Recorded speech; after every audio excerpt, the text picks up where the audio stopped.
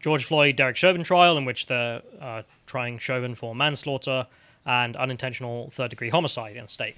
So I just wanted to wrap up where we left off. It's going to be a bit abridged because, well, you've mostly heard most of the arguments, so we're just going to be skipping over this. Also, for anyone who's joining, we don't care about who wins this, whether he's acquitted or not.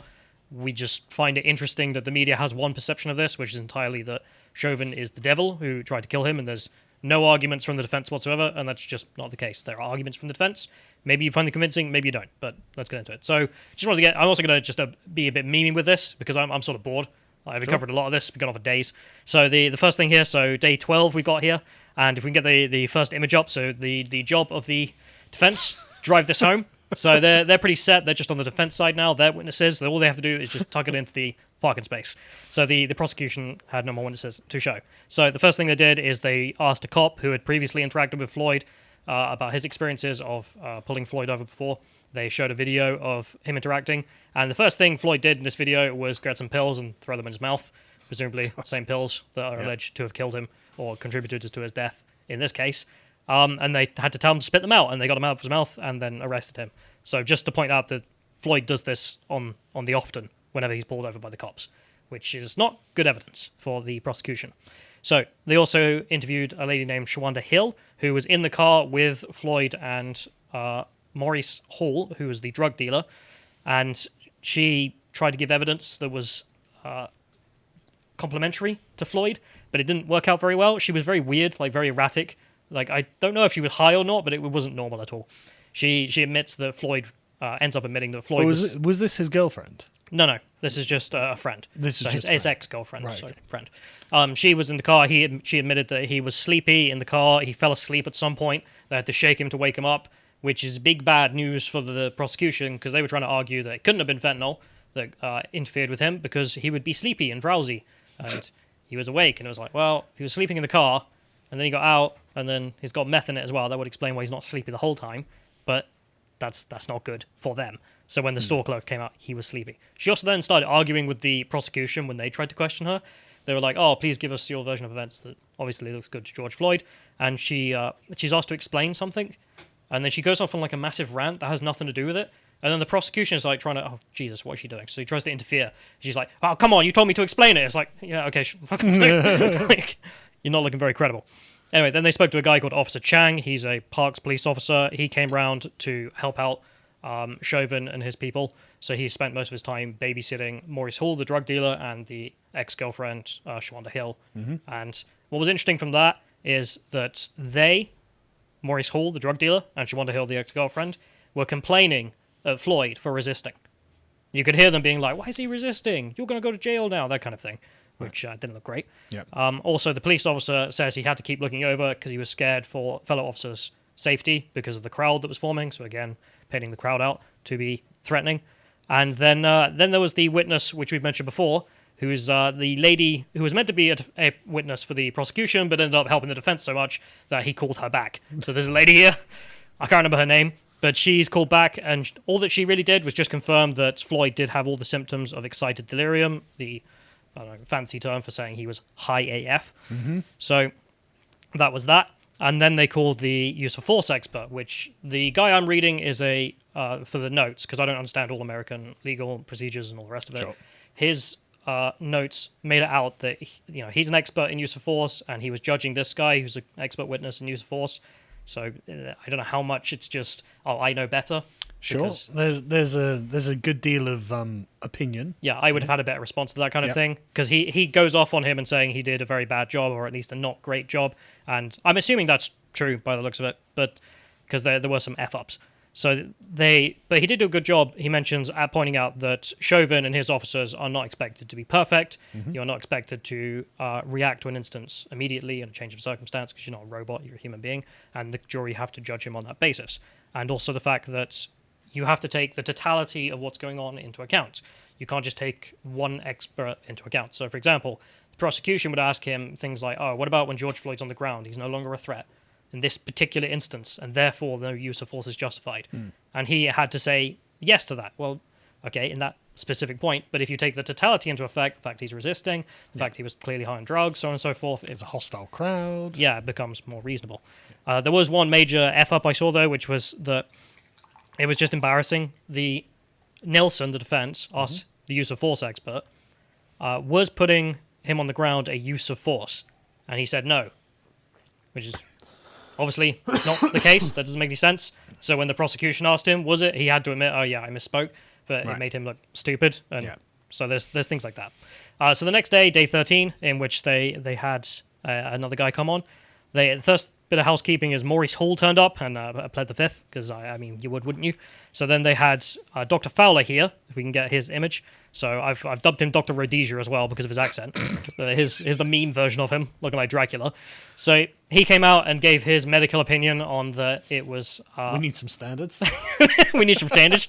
Yes, that was... So, to quote him, George Floyd had sudden cardiac arrhythmia due to, long medical word I can't read, and hypersensitive heart disease during his restraint by the police. So he went on to argue that his heart condition, his bad heart, one of his arteries being blocked 75%, 75% or whatever it was. Yeah.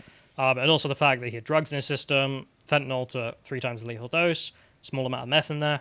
These factors contributed to such a degree that he thinks he got to the low oxygen. He agrees with the prosecution on that. But the low oxygen was caused by other things than just Chauvin. And therefore it's not entirely Chauvin's fault. And therefore you can't really charge him with manslaughter or homicide. That's his opinion. He also randomly said that carbon monoxide might have contributed because he was down by the car near the exhaust. I was like, okay. Didn't see that coming. No. And this really riled the prosecution. Like, they got really mad about this and started being argumentative with him. There were some funny points where they were trying to say that, trying to discredit him, and they were saying, well, are you familiar with this type of car? And he was like, yes, it's this type of car. Okay. Are you familiar with how many exhausts it has? Yes, 4 exhausts, 2 on each side. Okay, moving on. Didn't want to talk about that. So happens to also be a car expert. Yeah, I don't know why. He's just really prepared for this. But so then he finished his testimony and then turned into a bat and flew back to Transylvania or whatever. And whilst he was on the plane on the way home, and the next day, day 14, the prosecution got a bit mad. So Chauvin pled the fifth because, I mean, you would, wouldn't you? Why would you want to be cross-examined by the prosecution? So maybe say that, look, I wasn't trying to kill the guy. But that's the thing. Your defense has already done that for you. I suppose, yeah. And then when you get on the stand, the prosecution's going to ask you questions and try and trap you. So, I mean, why would you? So if we can get Chauvin pleading the fifth up, artist's interpretation of what went on in the courtroom, counseling him. So if we can get the next image, they brought new evidence. So the new evidence they brought was about carbon monoxide. So they were really annoyed that the guy previously had said that there was carbon monoxide in his blood. Yeah. So whilst he's on a plane home, they were like, haha, Dr. Tobin, that really good doctor from our side, we'd like him to come back and testify about carbon monoxide levels. And the judge got really annoyed that they brought this up this late in the trial. So we can get the next image, just an artist rendition of how annoyed he was, and decided that he would listen to this, and there is an argument for them. So my understanding is that the prosecution can bring up something this late, this consequential, if there are new scientific questions which they weren't briefed on before. So something brand new comes up. Yep. Fair enough. But it turned out that they had been provided with questions about carbon monoxide weeks in advance, so they had no leg to stand on because they're the ones in control of the blood. They're the state. They're the ones who are meant to find out the carbon monoxide levels. And they didn't until this far in the case, so that it couldn't be admitted. And so the judge got really annoyed, if we can get the next image, and threatened them with a mistrial if they dare mention the data about carbon monoxide. So he would allow Dr. Tobin to come back on to talk about the level of oxygen, but not the level of carbon monoxide, because otherwise he would call a mistrial, and then the whole thing would be out. Right. So the Dr. Tobin did come back on. He said there was 98% oxygen, so inferring that 2% carbon monoxide, and that was that. But hang on, if the argument is he doesn't have enough oxygen in his bloodstream... I don't understand the science of it. He's got 98% oxygen in his bloodstream, and only 2% carbon monoxide? Yeah, that didn't look great for that argument. The fact that he's died of not having enough oxygen in his bloodstream. Well, yeah, I mean, like, oh no, it was 98% oxygenated, don't worry about it. Seems largely like a waste of time, to be honest. Right. I don't think it was anything new. No, I don't think it's just... It was just really funny, this little this little dance. And then they're going for their closing arguments tomorrow, as I mentioned. So this will be... I assume Nelson's dress for the evening, in which he'll be giving his closing arguments, and then the prosecution will be giving theirs. So you might think, I'm not very taking this seriously, am I, with all these memes? No, No, I'm not, because no one else is. So why should we? There's the facts. You've heard the facts a million times. All the other episodes we've done have given you the details of it. But people aren't really interested in that, at least the people on the ground who have an investment in this. So you can see this is Jack Posobiec, who's my interpretation of what the right-wing response is to this, which is, I don't really care. This isn't really a bipartisan issue for the right.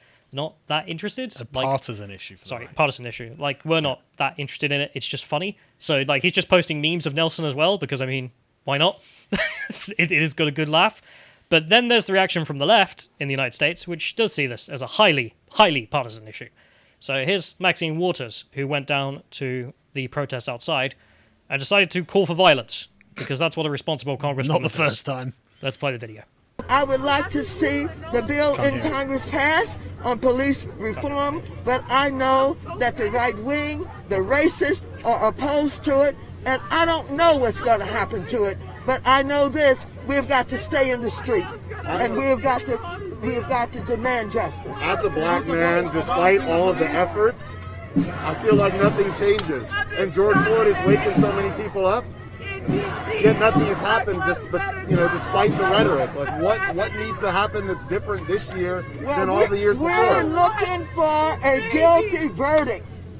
We're looking for a guilty verdict, and we're looking to see if all of the talk that took place and has been taking place after they saw what happened to George Floyd, if nothing does not happen, then we know that we've got to not only stay in the street, but we've got to fight for justice. But I am very hopeful, and I hope that we're going to get a verdict that will say guilty, guilty, guilty.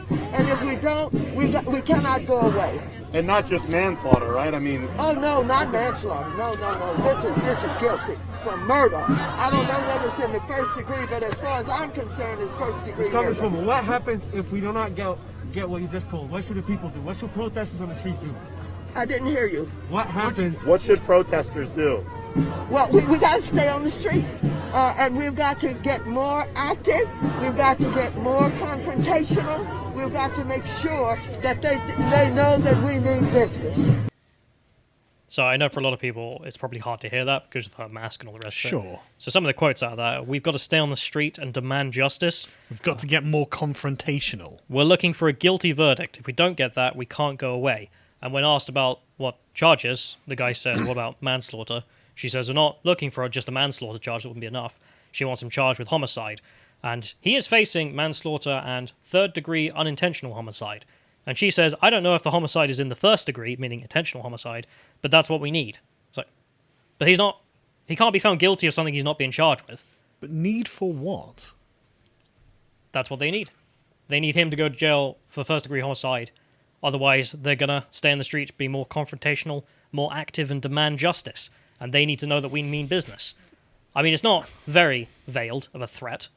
It's pretty open a threat. Pretty transparent veil, yeah. Yeah. I don't feel like my dignity is being fully covered here, Maxine. And this isn't Maxine Waters' first time. Many people will know. No. She got in trouble for this previously, in which she was talking about, Republican senators. Yeah, if you see them out in the streets going, form a mob and get up in their faces, something like that. Yeah, demand justice. Yep. And it was just like, no, this isn't on. That's not how you run a democratic country. And... she should be... Well, it's intimidation. Open intimidation along partisan lines for reasons that lie outside of the democratic framework. So in response, of course, the people taking her words to hand, I presume. I mean, I'm not being entirely serious about that, but this is the atmosphere she's creating, which is that people go out and do stuff like this. So Minnesota National Guard reporting that someone drove up to them and opened fire on them. Someone opened fire on the National Guard for being in Minneapolis. That was it. 4:19 a.m. Just a drive-by shooting on the National Guard. As you do. Perfectly normal things, I'm sure. So the response from this I saw from some people, particularly Vox.com journalists, were to say that this didn't happen. Oh. It's worth noting that the only evidence of the alleged drive-by shooting offered in this story is a statement from the National Guard. Yeah. I'm sure they're lying, Aaron. I sure they am lying, which is why the pictures of the bullet holes in the Humvees are not real. We can get the Probably next did image them up. themselves. Just turn the guns and... Yeah, so you can get the next one up. So that someone just released the images of the Humvee that had been shot and has bullet holes in there. I mean, if this isn't evidence, I don't know what you want, but I guess Fox.com Someone has shot different us. standards. What's your evidence? Well, these bullet holes here. Like, do they need to die? Is that it? I'm asking Fox. I suppose it is. So there's also some other perfectly reasonable responses, which the one of the witnesses for the defense has had his former home attacked. So this was the use of force expert who was giving his perception, the one that... Now at 11 on KPIA. You can just go back to the tweet, because the tweet has the image. So the home of his former home, so not even his current home, some perfectly reasonable people from the left decide to turn up and throw pig's blood all over the house. Because that's normal. Someone's engaging in the judicial progress, and you decide to throw pig blood all over their house. Yeah, I mean... Because you want justice, don't you? You can't really describe this as anything other than intimidation, can you? Yeah, it's just witness intimidation. Yeah. They've also, previously, people have been trying to dox the jurors because they want justice. Yep, the New York Times posted as much information as they could find on the jurors. Yeah, I suppose... Because they are responsible people running a responsible newspaper. Like, when you want a free and fair system in which jurors are able to come to a conclusion based on the evidence and not threats, you dox them. That's what you do. That's perfectly reasonable. And this is the situation in Minneapolis. I imagine no matter what happens, it will turn into a burning ground, absolutely. just like last year. Black Lives Matter have already threatened this, so we know that that's going to happen. That's why the National Guard are there. That's why they're being shot at. Yeah, and that's why the courthouse is literally an armed compound with razor wire and armed guards. Like, they've already made the decision. It doesn't matter what the evidence is. I mean, the people who've watched this show and watched other readings on it, I mean, good that you've been reading up on this stuff and finding out what the truth is, but they don't care, do they? They're never going to care. And so one of the things that is a white pill, let's say, out of this, is that the GOP is pushing to get Maxine Waters presumably impeached or sanctioned on the basis that she's inciting violence, which she is. Yeah. Like, I know that the Democrat will be like, oh, but what about Trump? And I'm like, okay, but he literally said in his speech, patriotically and peacefully make your voice heard. What is Maxine saying? We need to stand out in the streets. We need to make sure that we know. We need to be more confrontational. Yep, they need to know that we mean business. And then someone gets shot. I mean, the National Guard gets shot. And this isn't her first time either. This isn't a slip of the tongue. She knows what she's doing. So, good for the Republicans to hold them account to this. And I hope she does get sanctioned or impeached. But knowing the Democrats, they'll probably stand by her. I mean, they undoubtedly will stand by her, but what she's asking for is just awful, and I don't know why it's not being treated as if it is awful. It's mob justice. It's mob justice. It's unironically a lynching. Vote Democrat. Yeah. I mean, we haven't changed. If you enjoyed this segment from the podcast of the Lotus Eaters, you can watch the full broadcast live every weekday at 1 p.m. UK time on lotuseaters.com.